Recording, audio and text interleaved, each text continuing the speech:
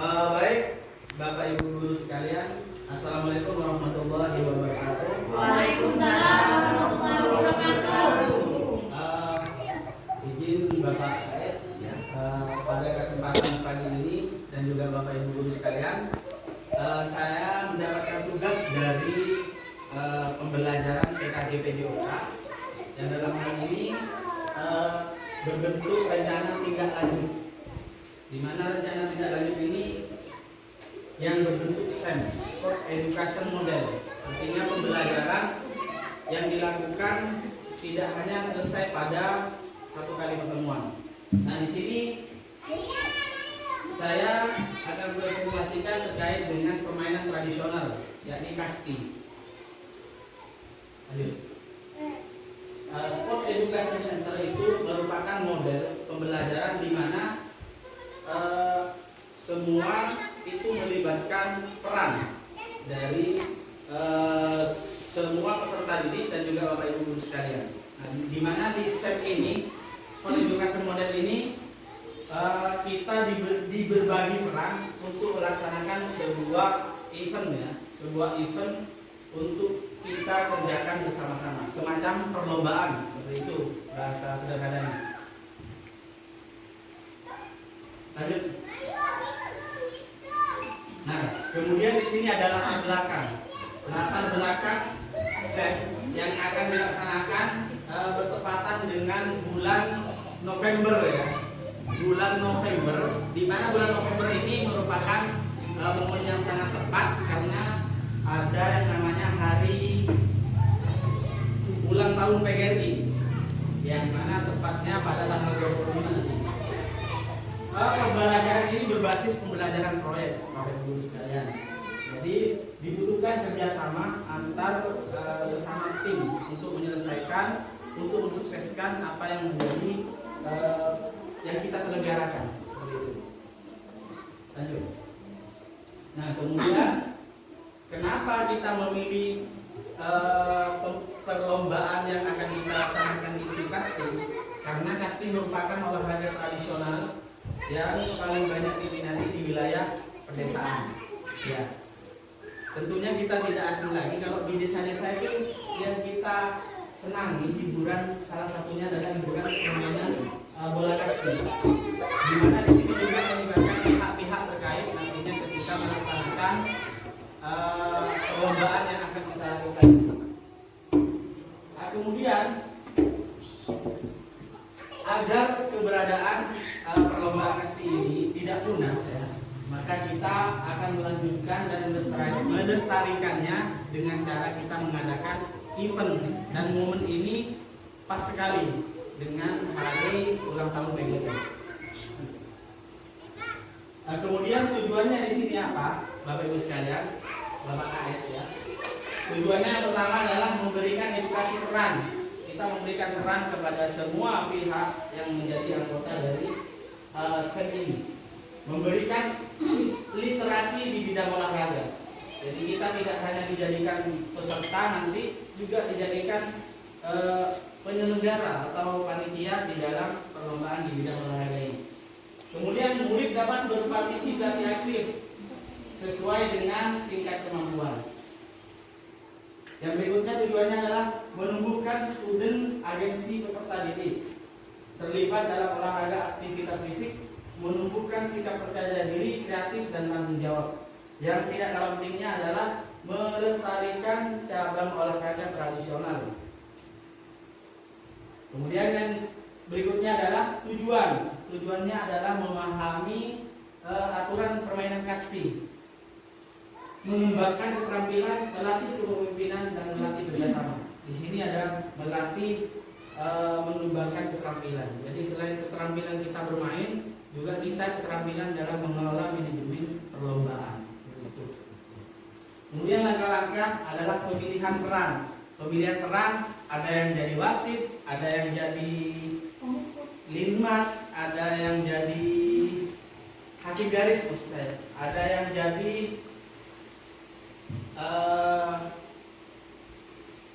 jadi penyiar itu apa namanya? Operator. Ya, ada yang jadi tukang siasnya ya, itu berbagi peran. Kemudian di sini juga sebelum melaksanakan ada yang namanya technical meeting dan pertandingan baru dilaksanakan. Lanjut. Kemudian di sini Bapak Ibu guru sekalian, ada peran panitia, ada wasit, ada peserta, ada pelatih dan juga ada penonton. Sebagaimana tadi saya sampaikan, kita berbagi peran rata, baik itu menjadi penonton ataupun menjadi pelatih atau menjadi peserta. Karena di dalam perlombaan ini tidak hanya kriteria siapa yang juara, tapi juga ada kriteria yang namanya penonton terheboh. Ya. Lini masa. Nah, kita pembagian waktunya di sini mulai kita tanggal 12 November, tanggal 18 November, 25 November dan juga terakhir pada bulan Desember tanggal 2. Jadi seperti itu Bapak Ibu sekalian. Kemudian struktur program kita kokurikuler yang pertama. Kemudian yang kedua, seluruh siswa kelas 4 dan kelas 6. Program pada 12 November. Kemudian pembagiannya kepala sekolah sebagai penanggung jawab, guru PJOK sebagai koordinator, anggota KBS sebagai anggota. Nah, mungkin sampai di sini ada yang ingin ditanyakan, Bapak Ibu guru sekalian. Nah, kokurikuler itu pembelajaran yang tidak semestinya ada di dalam kegiatan yang utama. Contohnya seperti kita mengadakan permainan perlombaan lomba kasti tadi yang kita kemas dalam bentuk SEM itu. Lanjut. Nah, kemudian aset yang dimiliki oleh sekolah kita ya. Sekolah kita itu asetnya saya gambarkan dengan bentuk gambar, tidak usah saya narasikan. Karena dengan dalam bentuk gambar ini aset yang pertama adalah guru-guru ya. Guru-guru, tenaga pendidikan, siswa juga, kemudian peralatan olahraga dan juga sarana lapangan olahraga. Walaupun lapangannya kita menggunakan halaman sekolah. Lanjut. Nah, adapun tahapan implementasi. Tahapan implementasi yang pertama adalah tujuan pembelajaran, meninjau ketercapaian tujuan pembelajaran dalam SEM. Kemudian yang berikutnya, umpan balik murid tentang pengalaman dalam pembelajaran SEM. Refleksi, perencanaan, pelaksanaan, dan pengelolaan SEM. Evaluasi penerapan konsep fair play. Artinya sportivitas dalam pertandingan nanti juga kita harus evaluasi. Kemudian yang terakhir itu evaluasi manajemen.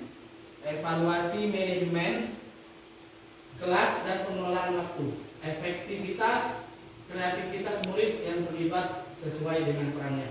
Jadi nanti kita evaluasi selain manajemen kepanitiaan juga siswa dalam perannya diberikan untuk menjadi penyelenggara atau panitia dalam perlombaan kasti ini. Kemudian kemungkinan tantangan yang akan kita hadapi, nah diantaranya mungkin pengolahan waktu. Kegiatan yang terlalu singkat dan padat menjadikan proses persiapan dan perencanaan kurang maksimal. Dukungan rekan sejawat yang kurang maksimal. Jadi mungkin tantangannya adalah dukungan rekan sejawat ya.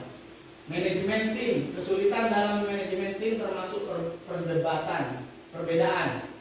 Kemudian kemampuan kepribadian atau konflik antar pemain.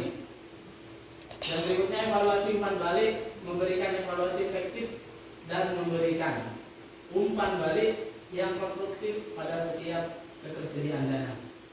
Kemudian solusi Bapak Ibu sekalian, penyusunan jadwal yang lebih efektif dan efisien. Jadi ketika jadwalnya padat, kita efisienkan jadwalnya. Kemudian kolaborasi yang baik dan pembagian tugas yang terstruktur. Komunikasi terbuka dan segera menyelesaikan konflik. Memberikan umpan balik secara individual untuk setiap peserta. Nah, yang terpenting adalah ketersediaan dana itu kemungkinan juga menjadi persoalan. Kemudian di solusinya ini kita mencari sponsorship atau bantuan orang tua wali murid. Jadi komunikasikan kita ketika melaksanakan perlombaan dengan semua pihak di sekolah, terutama pada wali murid terkait pengadaan dana.